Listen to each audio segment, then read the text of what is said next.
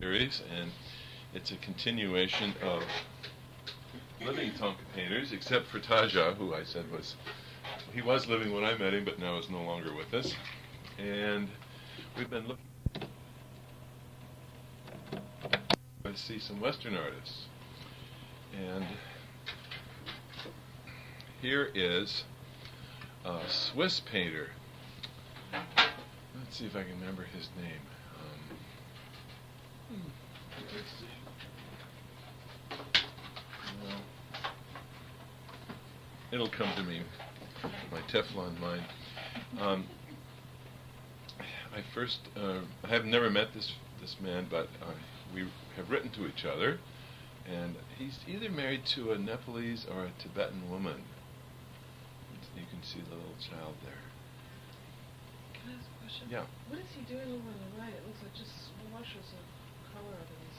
Well, those are the blue and green mountains are based on 8th century Tang Dynasty Chinese landscape, and we see that in Tibetan art. This 8th century blue and green style, it's called, appears in Tibetan art. This is the tea stain. Background, yeah. And this Karma Gadri style, pretty much, yeah. I should just see if I can. This guy's name out of here.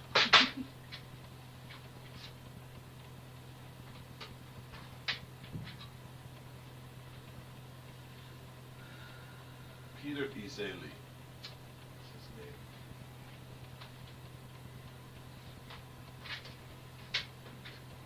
How do you spell his last name? I-S-E-L-I.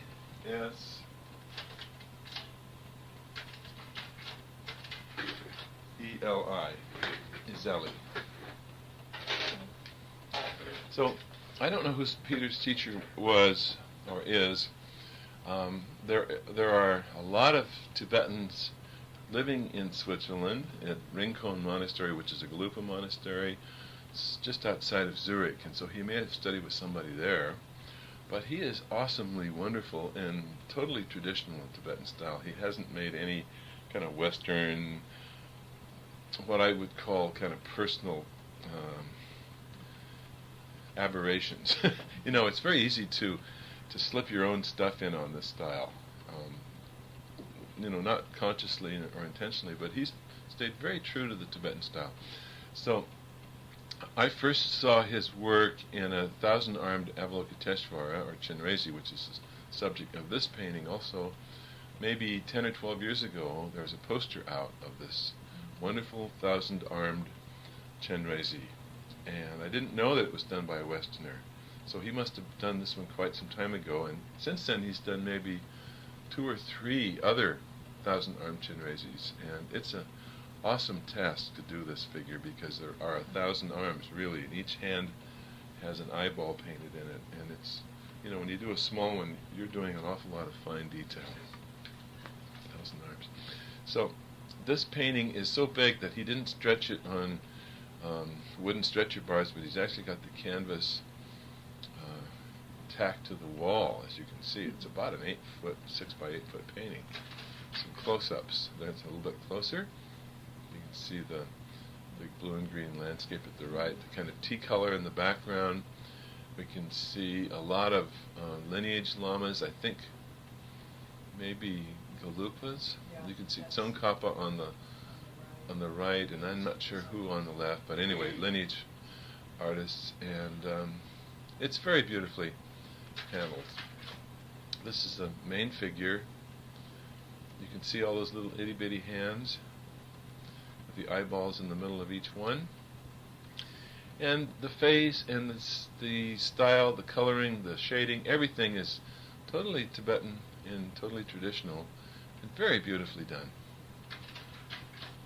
This is the poster that I first saw of his work, which he must have done 10 or 12 years ago. So he must have been very, very young when he started painting. You may have seen this poster around. It's been out for, I think, since 1978 or 79.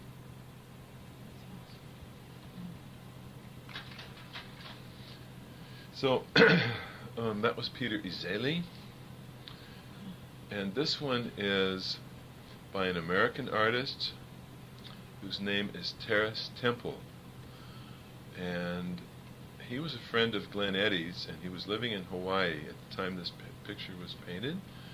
And I haven't heard much of him, from him or of him since. Glen used to talk about him, and he got these slides for us. So this is Terrace Temple, his painting of Naropa. Naropa is the Mahasiddha in the Kaju lineage holding the skull cup. You remember Tilopa with the fish and Naropa with the skull cup?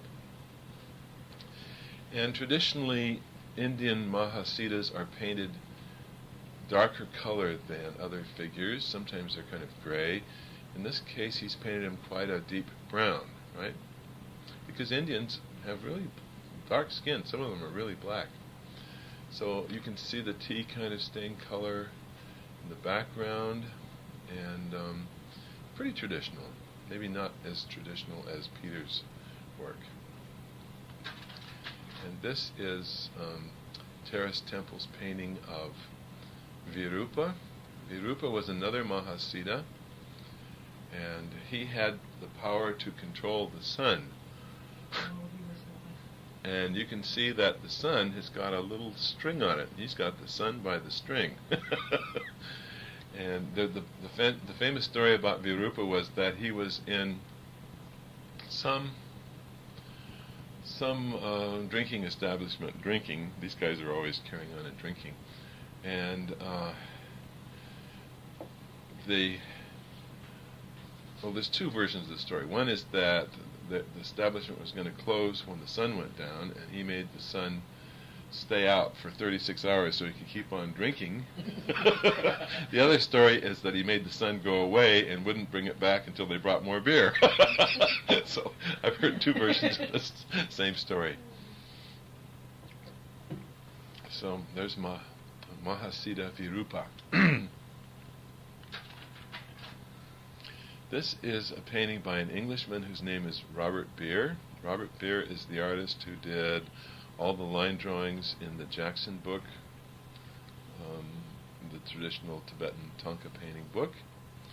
And this is a kind of contemporary, interesting mixture of traditional and New Age, I would say. Robert Beer has taken the traditional four-armed Chenrezi and painted it as if it was being looked at through a crystal. So you can see the facets of a mandala kind of crystal that he has airbrushed very skillfully, all these levels and layers of crystalline kind of form, superimposed them on top of the traditional Chenrezi painting. So this is about as far out as anybody's gotten, I think. It's quite beautiful. The question Yeah. is, I find I have his book, the 84 Mahasiddhas, yeah. and I found real identification with him in terms of his skill and clarity. And sometimes I've heard others, and I even think I've heard you sort of say this is a deviation, and therefore there's some caution, about some of his things, like the airbrush. As far as doing a practice of painting a Thangka and doing many thousand dots, Right. I can really identify with the validity and also the efficacious, quality of that. But I also I think I have a little bit of a problem with feeling that airbrush in some way is a less good. I think when he's doing this and putting so much skill and love, and real attention, I think he's really. I feel a good spirit from him that he wants to get these out because he feels that they're very important. And the question is, I'd just like you to clarify. This is also Robert Beer. Excuse me a second. This is Robert Beer, Chakrasambar and Vajrayogini. It's from a greeting card that you can buy, and it's quite amazing. You can see the airbrush rays up here. Now, see, I think this one's too slick in a sense. I don't relate to this in the same way, but the other one, I Yeah, did. yeah. And other little, I think the eyeballs are a little bloodier than is traditional as well. But his drawing is very beautiful, and he's a wonderful artist. So we're not saying that he's bad. Is that the skull necklace in the corner, the actually fleshed out heads? That's the fresh heads, huh? Wow. Yeah. They're gruesome. Yeah, they're really awesome. Awesome. Okay, this is a Vajrasattva done by a Danish man whose name is with an umlaut. And I never met this man, but I saw the painting in person, and I'd had a photograph of it long before I saw it in person. I really fell in love with this painting, as many others do. Didn't know it was by a Westerner even until I went to Kalu Rinpoche's monastery in France, which is near Dijon. And here's this painting hanging in the shrine room, and they explained to me that this Danish man, had done it, and it may have been the only painting that he ever did. He was maybe 50 or 60 when he did it, and that was 15 or 20 years ago.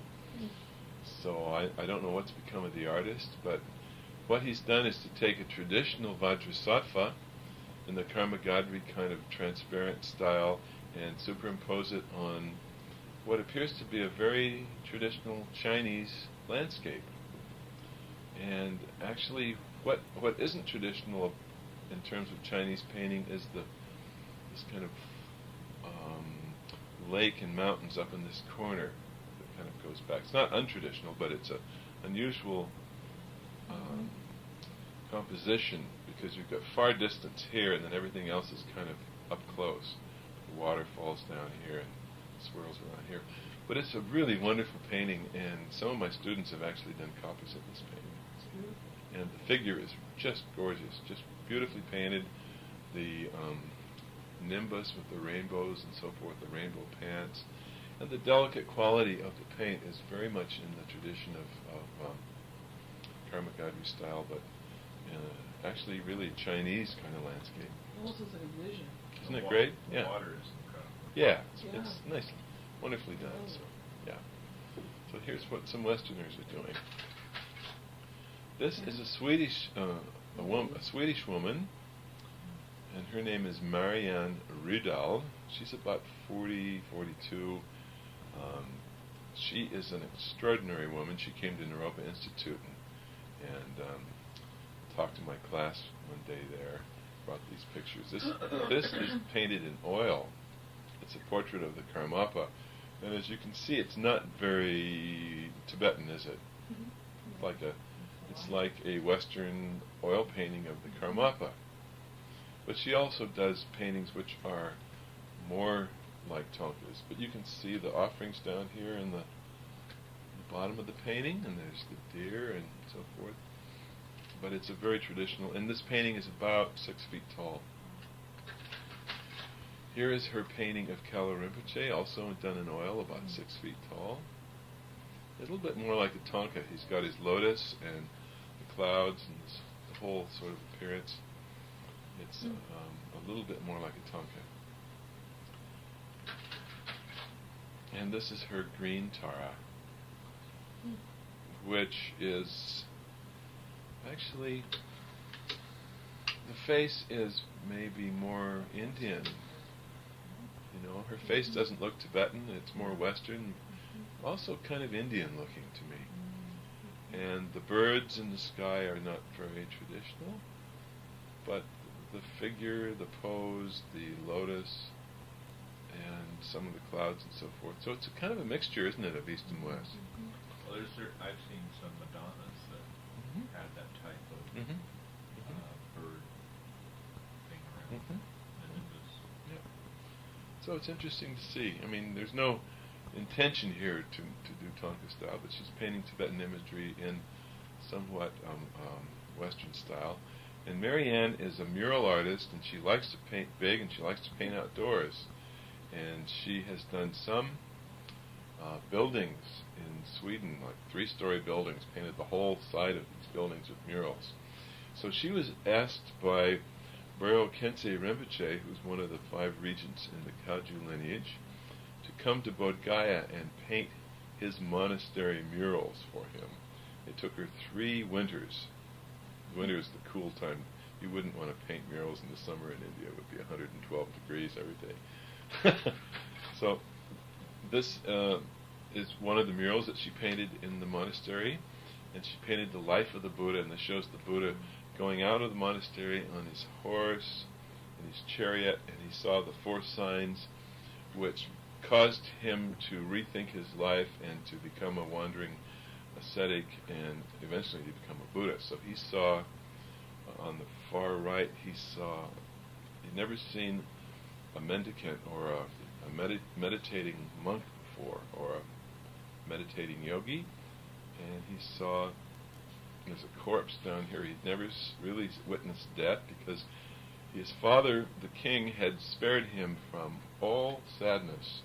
He lived a life of gung-ho frivolity as a young prince, and he was carefully protected from all the, not only evils, but sadnesses of life, because when he was born, the wise men came, not the 3 wise men in Christ's life, but the wise men and astrologers came, and they said, your son will either be a great king or a great religious prophet, a great religious leader. And his father didn't want him to become a religious prophet, so he decided to protect him from everything that would make him think. Not a good idea. Not a good idea. So the other thing was that he had never seen before was really advanced old age. So old age and then disease. He'd never seen a really diseased person. They carefully hid all this from him. So old age, sickness and death, and meditating person. These 4 signs really changed his mind. So this is the Buddha during his period of renunciation, when he got very skinny and gaunt, and he's sitting there in this kind of forest.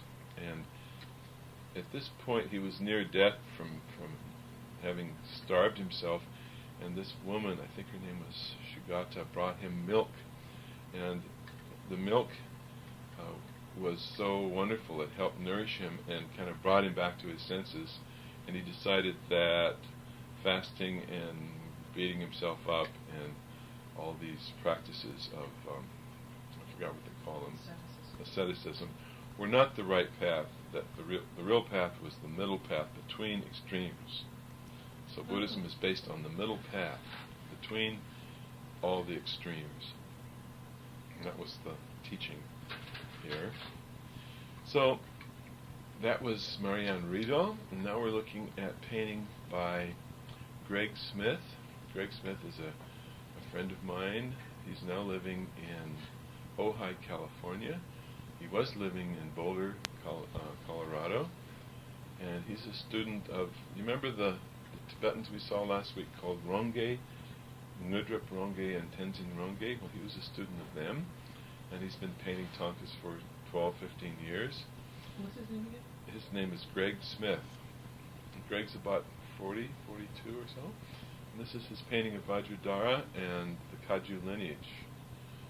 They're not all there. I think maybe Tilopa and Naropa are up in the sky, but here is Marpa and Milarepa anyway, and a couple of bodhisattvas. That'll be Vajrapani and not sure. Vajrapani and maybe Manjusri. He's red. What are the significance of the creatures in the around the Nimbus? It's like there's Garuda and elephants and that whole wreath of auspicious animals and creatures is kind of a victorious celebration of the Buddha's enlightenment. So you see that sometimes. It's beings from the 3 worlds and other realms kind of coming to celebrate.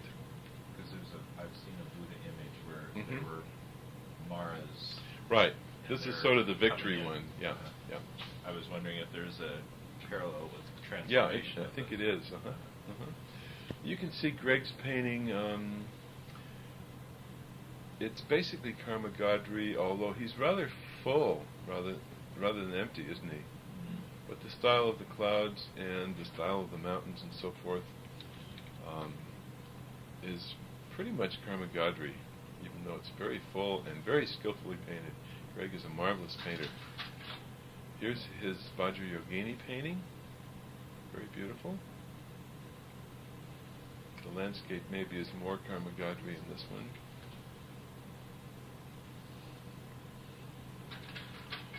And this is one of the Shambhala King, Shambhala realm paintings showing the Shambhala kings. This is a mythological land. Shambhala is somewhere maybe in the Gobi Desert, or maybe it's in another dimension. And Trungpa Rinpoche was particularly interested in the Shambhala legend and actually created a parallel to the Buddha Dharma teaching without any religion, which is called Shambhala training, if you've ever heard of that. It's not like EST, it's a little different, but it's based on similar practices to Buddhist training without the religion, and they teach it to business people very successfully. It's quite amazing. This painting was showing the Shambhala kings.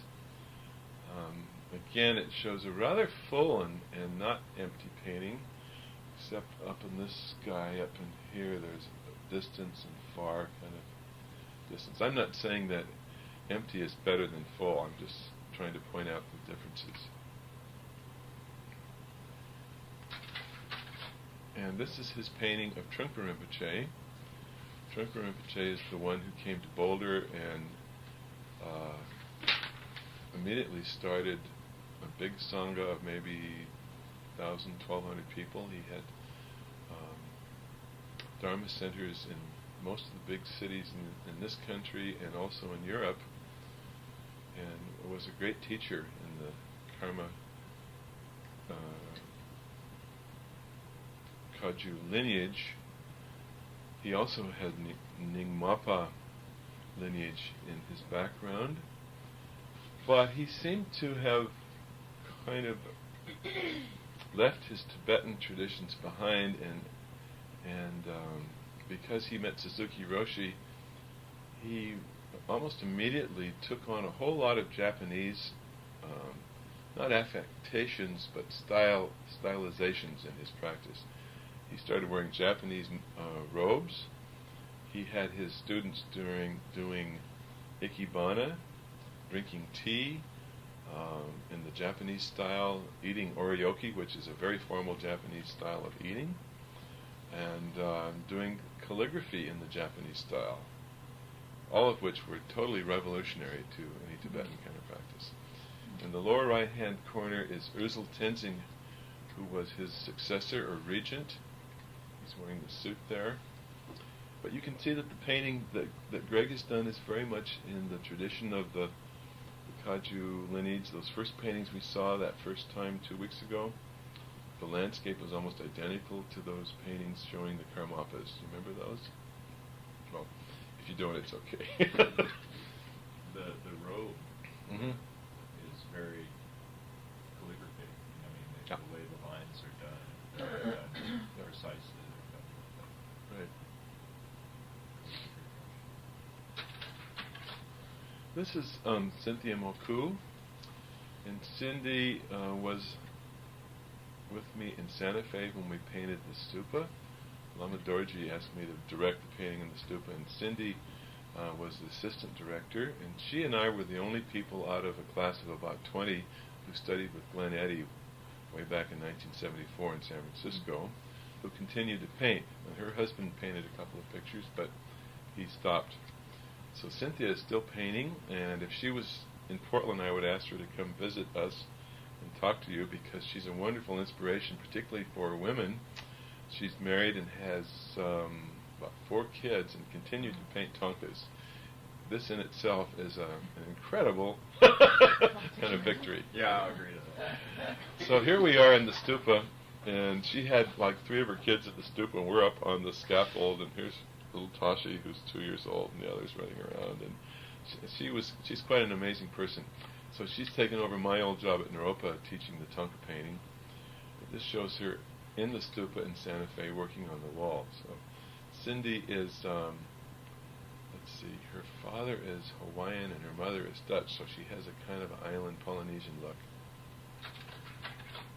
And this was her very first painting, which is a Chinrezi, and it was done from Glen Eddy's drawing. We just traced Glen's drawing and then we painted it. You can see the real gold gleaming in the bottom part, and the offerings and jewels and so forth. Very beautiful painting. This is her white Mahakala. Mahakala, as you know, is a protector, Dharma protector. White Mahakala is not only a protector, he's one of the beings that one would supplicate to gain wealth and money and riches. So if you were poor and needed to magnetize, there's the Golden Gate Bridge in the left-hand corner, right? And I think it's Mount Shasta up here on the right. So this is a good example, and you see the Thangka painter can be very creative in the landscape, right?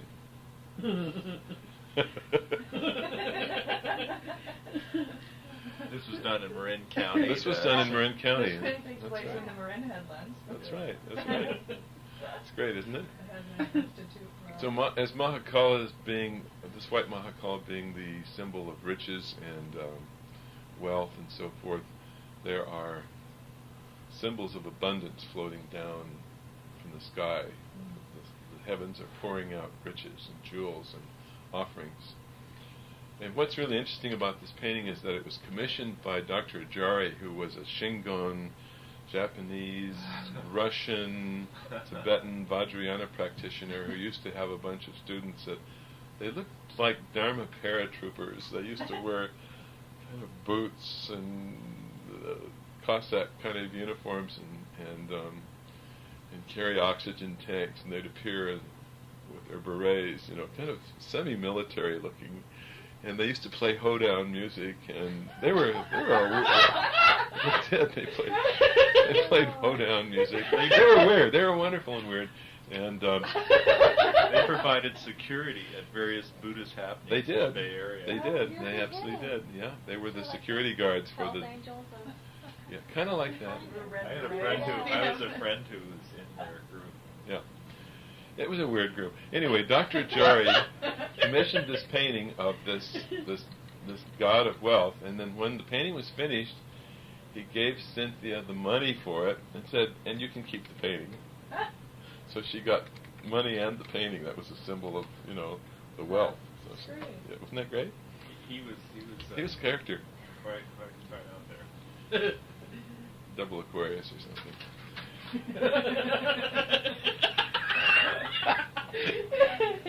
This is her painting of Jamgon Kongtrul Lodrutai, who was the great teacher in the last century. And you can see how similar that is to, remember last week we saw that painting of Milarepa by Rinchen Lobsang, what's his name? Nudrup, Tenzing Ronge, that's who it was. How empty and spacious this is. So that's kind of very Karma Gadri. And Cynthia's detail in the robes, the gold paint, the brocade patterns, and she was always very, very meticulous in the offerings and really got into grouping the offerings down here in the front, the jewels and the musical instruments, all the various offerings to the deities. Do they normally have musical instruments? This is the first time I've noticed. Well, if there's not a musical instrument, there's usually a symbol for it, like a shell. But what one offers to deities, right, the shell is usually the symbol of music. But here she's got this kind of Tibetan lute. But anyway, offerings to deities have to do with the senses: taste, touch, smell, water, light, and so forth like this. So offerings have to do with nourishing and the five senses, the five skandhas. What's with the little swastika-like thing up on the right? Well, swastika is a Buddhist symbol, not just What does a. it mean? It's a symbol of Buddhism. When you see a swastika, instead of thinking of Nazi Germany, think of Buddhism. But the Buddhist swastika goes the opposite direction than the Nazi one. You know, the American Indians and Buddhists have been using swastikas for 2,000 years. I didn't know that. Yeah, it's just it's a very archetypal symbol. Four directions. Right, right. So you'll see it in India, American Indians, and we see it very early on in India, in the Buddhist tradition, 2,500 years ago. Sometimes people will see that swastika and think, oh dear, Nazis, huh? Well, there's a Christian symbol in that too. Yeah. This is Cynthia's painting of Maitreya, the coming Buddha. So he's seated with his legs down in Western kind of posture. He's seated on a throne. And again, she's done a very special kind of offering with the lotus and a little rainbow and the musical instrument, and the jewels are down in front. It's very, very lovely. And the little stoop and the landscape. And this is actually, the drawing came from Glen Eddy. It was a drawing that Glen had made, and she decided to take that drawing and paint it. Yeah, it's just great. So this is my first painting. I don't have any of these around anymore, so I have to show slides. It's the same one that Cindy did, the Chenrezig. You can see the same drawing, so forth, slightly different light. And there's Amitabha on the head, so forth. And this is one that I did. It was an absolute copy of Gega's, if you remember the Gega painting of a couple of weeks ago. This is a copy of Gega's. And I had the painting right there in the room with me, so it wasn't painting from a photograph. I actually could paint from the real painting, the same size and everything. That helped a lot. And this is a little Manjusri.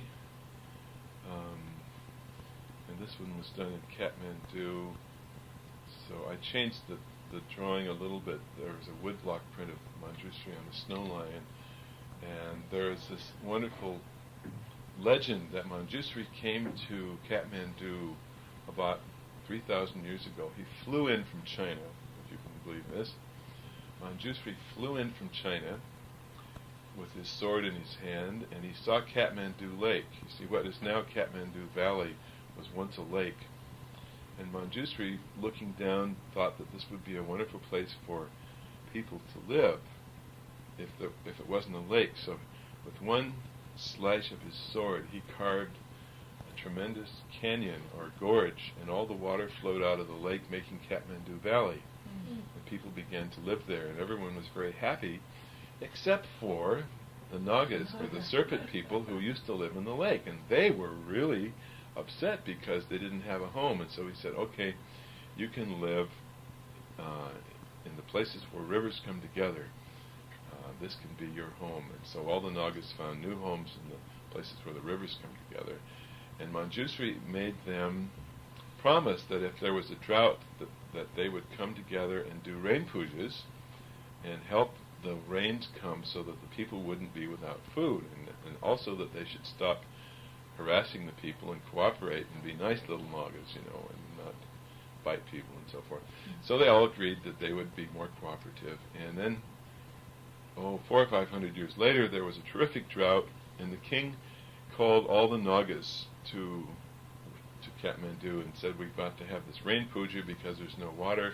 And all the Nagas came except for one Naga who wouldn't come, and they sent 3 messages to him, and he wouldn't come, and he wouldn't come, and they finally sent a special emissary to him, and they said, well, why didn't you come? And he said, well, I'm too old, and I'm too fat, and I'm too ugly, and I'm not going to go out in public. So they grabbed him by the snout, and they dragged him off, and they had their puja, and it rained, and everyone lived happily ever after. These are the kind of stories you get when you live in Kathmandu for 2 years. So anyway, I decided to paint the lake in there before he cut through this. This is a painting of Kala Rinpoche. Also did this one in Kathmandu. So it's kind of in that tradition of Taja, but more like those first paintings we saw that are almost totally empty. And the deity above is Dorji Chang, who is symbolic of emptiness, because Kala Rinpoche is supposed to be a manifestation or an emanation of Dorji Chang. And the three lotuses there stand for the Buddha, Dharma, and Sangha, the three jewels. And right above the central lotus is a flame kind of floating in the air. And that flame actually is the same as the meaning of the word Swambhunath means self-arising flame. Because I was living near Swambhunath at that time, I thought it would be nice to put that idea into visual practice. They said there was a flame that ignited all by itself. It was self-arising in the spot where they built this great stupa in Kathmandu. And that the flame is no longer there, but it was the reason that they built the stupa, because they found this flame just arise and ignite itself. It might have been natural gas, who knows. So this is the painting that's upstairs in the little painting room in the back, showing the Naga and Nagarjuna. And this whole series I've been working on, that's another one of the series. And I think you saw those the first day. I showed you the originals, and these are copies that I made. And this is a Mahakala that's in the shrine room here. I'm going to try to get in focus.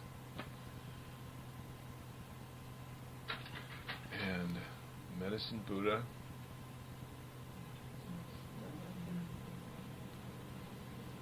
I've seen several medicine Buddhas, and some of them are lapis, blue, and some of them are almost black. Right. And is there a reason for that, or is there a different?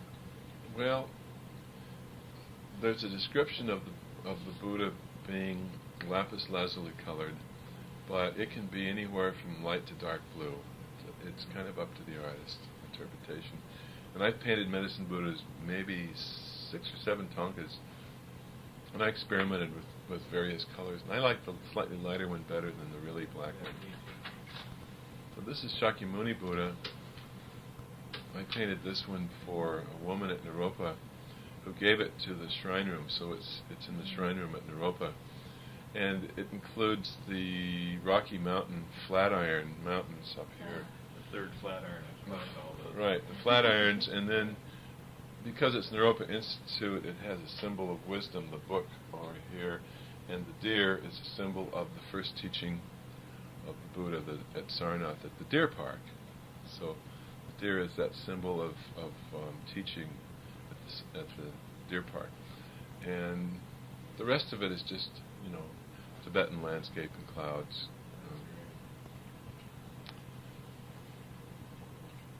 So you can see also I started doing a little bit of I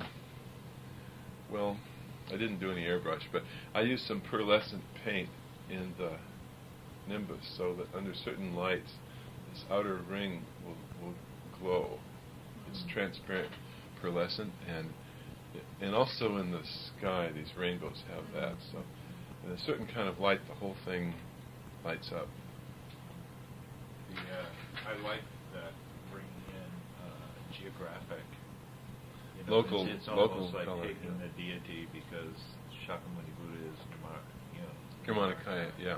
But it says this really grows out of a real thing that other beings consider very, very substantial, even though it may not be. I really like that. That's gives a lot of life to the Buddha. This one is Vajrakulaya, and this was painted for, amazingly enough, a Hindu Swami who lives in Boulder. It's part of the Rudananda group. But these Hindu people also take teachings in Vajrayana Buddhism, and they practice medicine Buddha, they practice Ngundro. It's quite amazing. And he wanted a Vajrakulaya as a kind of a protector. And so this landscape is actually their ashram land, which is just outside of Boulder, a little bit south. And the mountains really look like this. They come down into this sort of shape. And there's a river that flows through here. And the geodesic dome is their shrine room, and they're going to build a stupa. So all those things were included but it's actually a landscape around this yoga ashram. Is that El Dorado Canyon? Yeah, El Dorado Ashram. That's right. It is. The Red Garden Wall. I Yeah. climbed that too. Yeah, that's it. Right, that's where everyone does their rock climbing. Yeah. And in the sky is Kuntuzonpo, the one in the center, the naked Buddha with his consort. And there's Vajrasattva Yabgyam and Guru Rinpoche Yabgyam, which are kind of unusual. You don't always see Vajrasattva or Guru Rinpoche Yabgyam. So it has a lot of powerful... And Vajrakilaya is a protector, a very powerful protector. Kilaya is Sanskrit for dagger or knife, and Purba is Dorji Purba is the Tibetan name. So you see not only the landscape itself has this kind of V shape, but the wings of the figure, and then this reverse triangle and the Purba here. So everything is kind of accenting that protective symbol. There's a beautiful stream that comes down through El Yeah, Dorado Canyon, and that's when you right. climb Red Garden Wall, the higher up on the wall you get, the more thunderous the stream sounds. Yeah.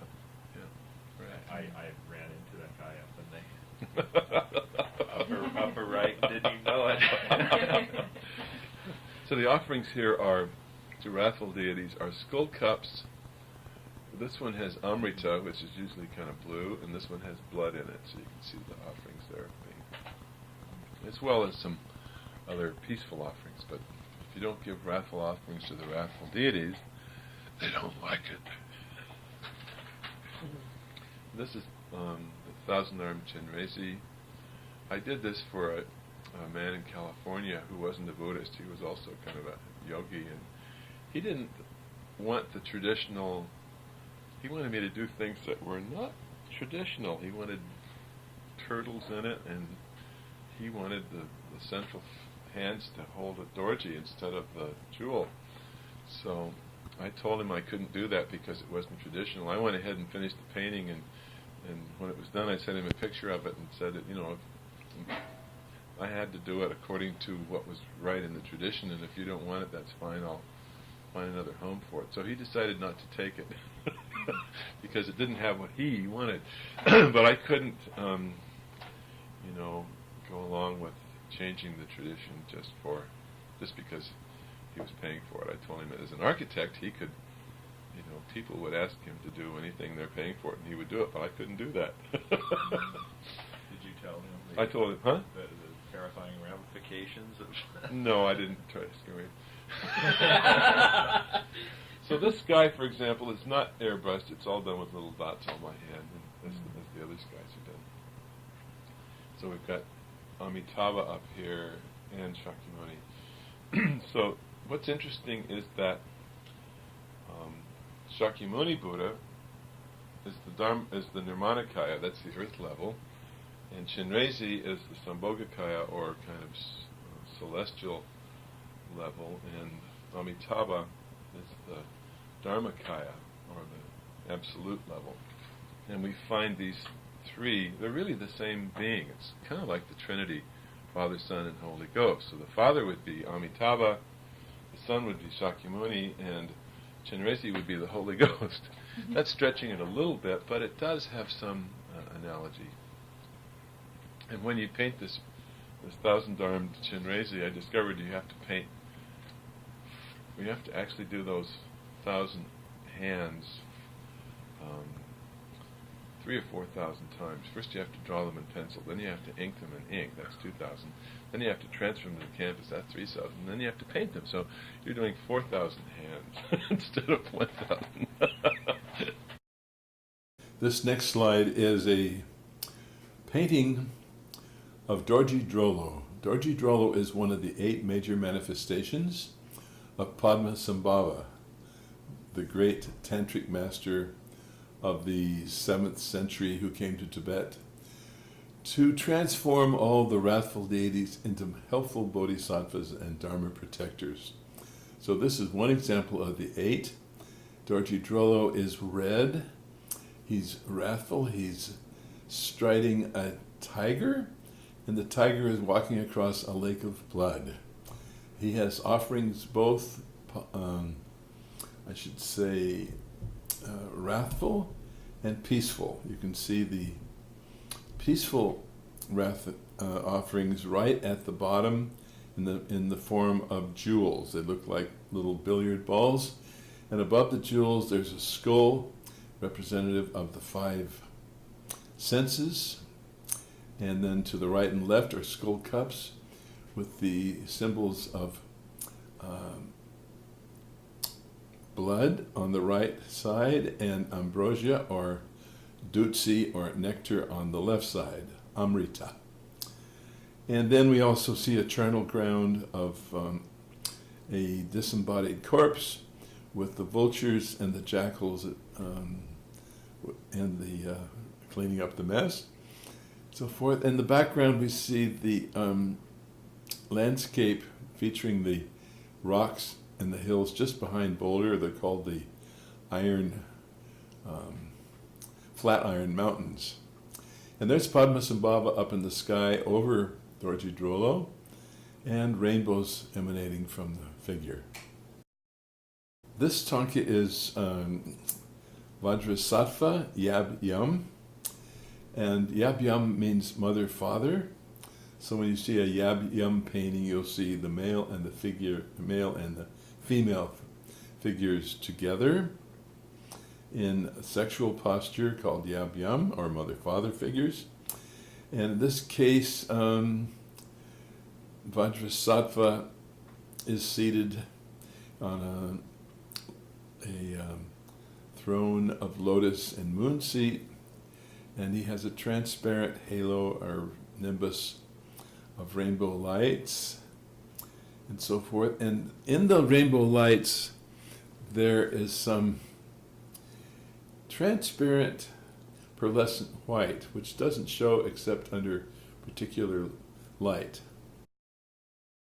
So in this picture you can see it's the same painting, only the gold metallic and the pearlescent light is being illuminated. You can see how that pearlescence helps light up the rainbows.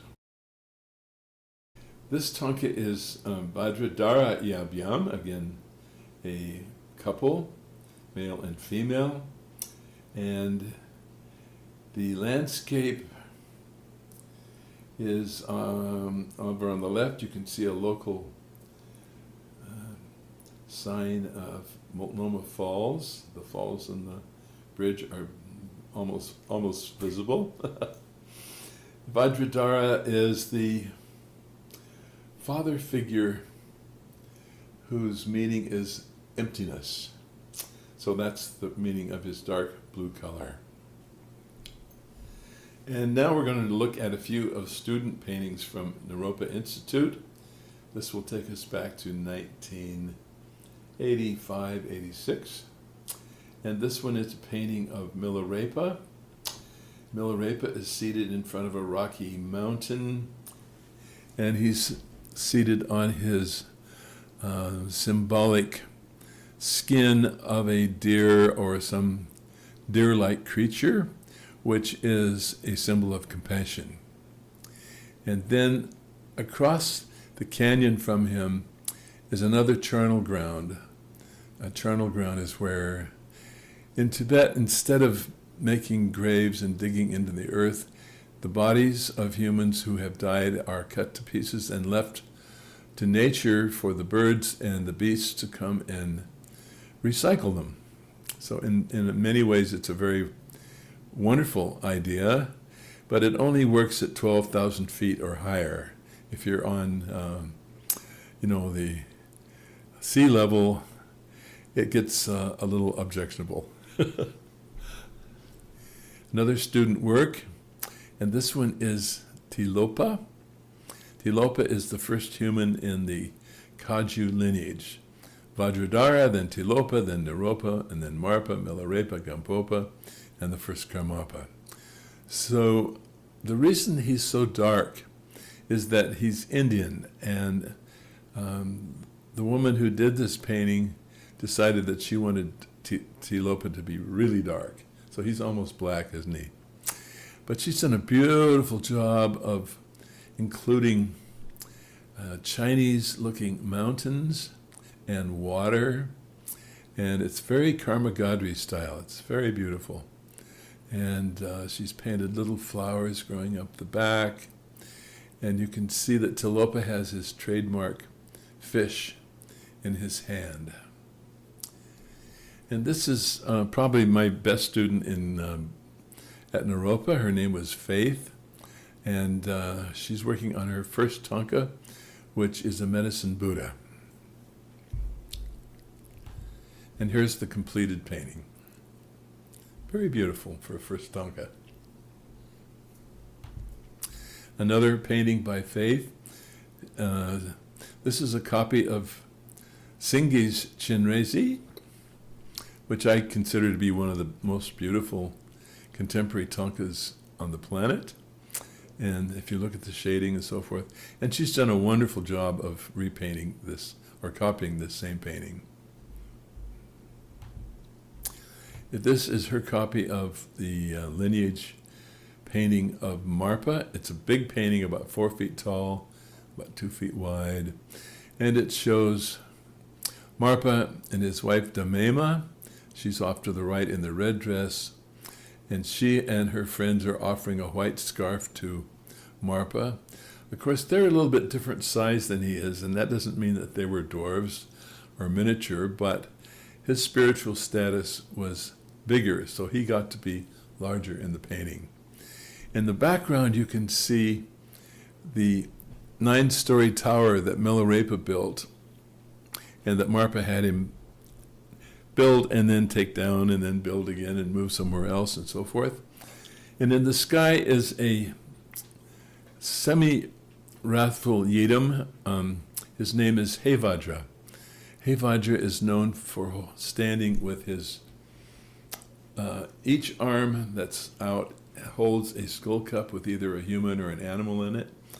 And Hevajra has a partner, and she's a slightly lighter blue, so you can see dark blue and light blue. The light blue is Nairatma, his partner.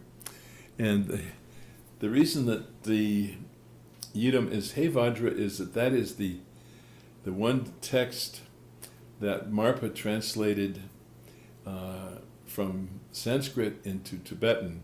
It was maybe the most important text that he brought back from India with him. This is another student. Her name was Sherry Hart, and this is her white Tara painting. Very lovely painting.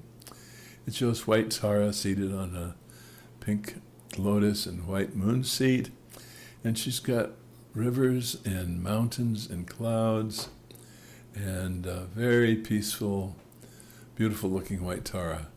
The white Tara, of course, in addition to other attributes, is known for long life.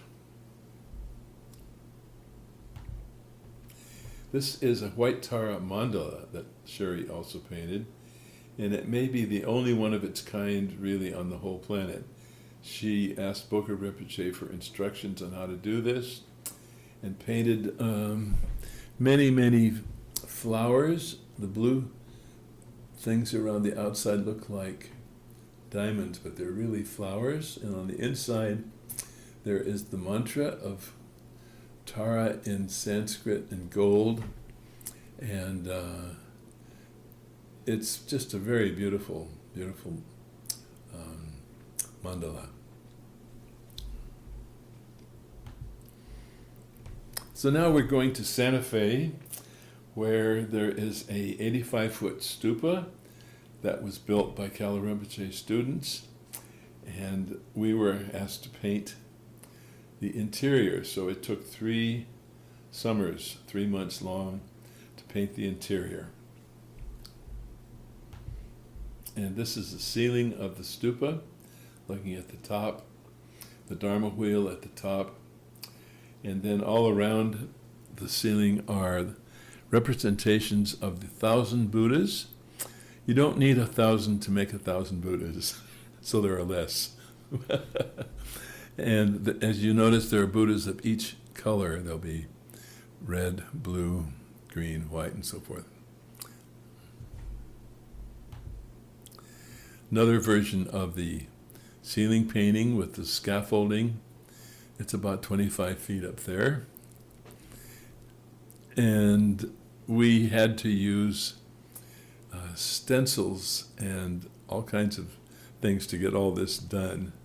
So it was quite an amazing job to complete this in 3 years. In this next slide, we see the 5 Dhyani Buddhas, sometimes called the 5 Jinas. And these are the Buddhas of the 5 different colored Buddha families.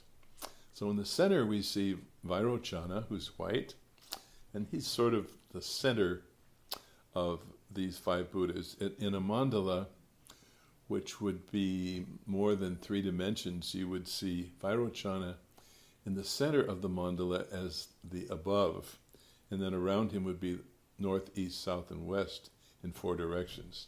So 4 directions plus above makes the 5. So to his right is Amitabha, the Buddha of the West, and he's the present kind of ruler of this Buddhist era that we're in. Amitabha and Avalokiteshvara or Chenrezig and Shakyamuni are all connected. They're like a family or emanations of each other. And then in the next period of Buddhas will come the Buddha to the left of Vairochana, and that's Amoghasiddhi. He's the green Buddha. And on Vairochana's right is Amitabha, the present Buddha, and then to his right is Akshobhya, the blue Buddha, and on the far left is Ratnasambhava, the yellow or golden Buddha. Each one of these has his own consort, his own direction and sense and so forth. There's a whole list of attributes. Above Vairochana is a smaller figure. It's a naked blue Buddha whose name is Samantabhadra, or above Vairochana is a smaller Buddha, a naked blue Buddha with a consort, and she's also naked and she's white. His name is Kuntuzangpo in Tibetan and Samantabhadra in Sanskrit. And he's symbolic of absolutely nothing. He's total Mahamudra. And on the left and right there are the sun and the moon. So on the west wall of the stupa, you can see the window there looking out to the west. On the left of the window is Chenrezig, whose other name is Avalokiteshvara. And Chenrezig is surrounded by, at the top he's got Manjushri to his top left, and Vajrapani to the right. And then above him is, going across the top of the painting, Kaju lineage. So in the center of that 5 figures, we see Vajradhara again. Vajradhara is the first teacher in the lineage of Kaju, but he was not a human. So the first human was Tilopa, who's on the left, and Naropa on the right, and then Marpa on the far left, and Milarepa on the far right. And then below them, we see the Karmapa just above the right corner of the window. And I can't see who that is. That is, below them is Chakrasamvara and Vajrayogini, and their entourage. Vajrayogini and Chakrasamvara are the 2 major yidams in the Kaju lineage.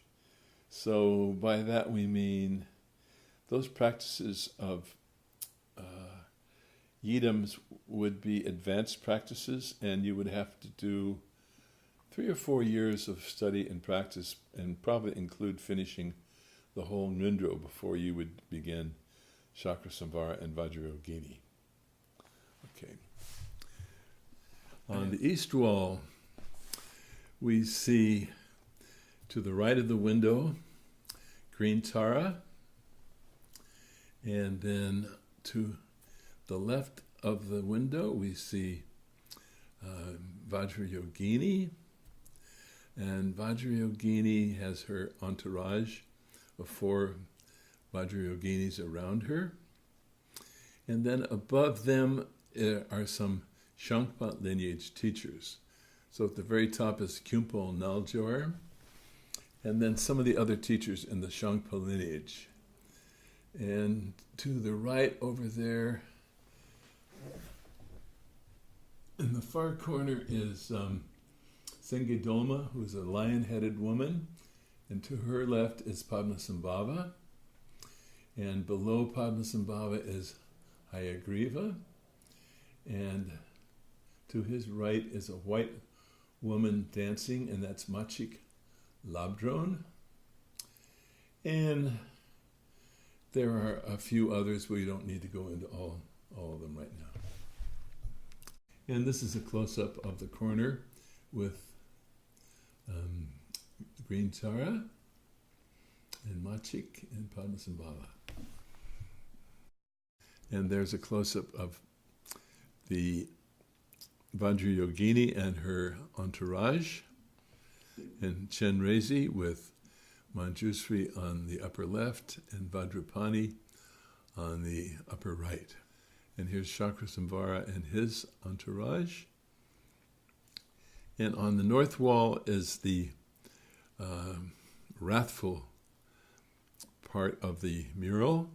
And we have 6-armed Mahakala surrounded by flames and blackbirds who love to have wrathful deities, and the wrathful deities love them. And there are the 4 accompaniments of Mahakala. You see one riding on a bear on the lower left, and one's riding a horse, and so forth, and these are his helpers. On the outside of the stupa we have traditional Tibetan letters in the Lancha script in gold on red, and then the distinctive round circles. And no one knows exactly what the circles are symbolize, but they could be moons. We sometimes see a moon, half moon, and sun, or round circle, and then flowers and ornaments in the Tibetan style. And the top of the stupa, which is 85 feet tall, you can see that the stupa is handmade. It's not absolutely perfect. There were Mexican laborers who were brought in to help, and the whole building only cost $60,000, which was kind of amazing.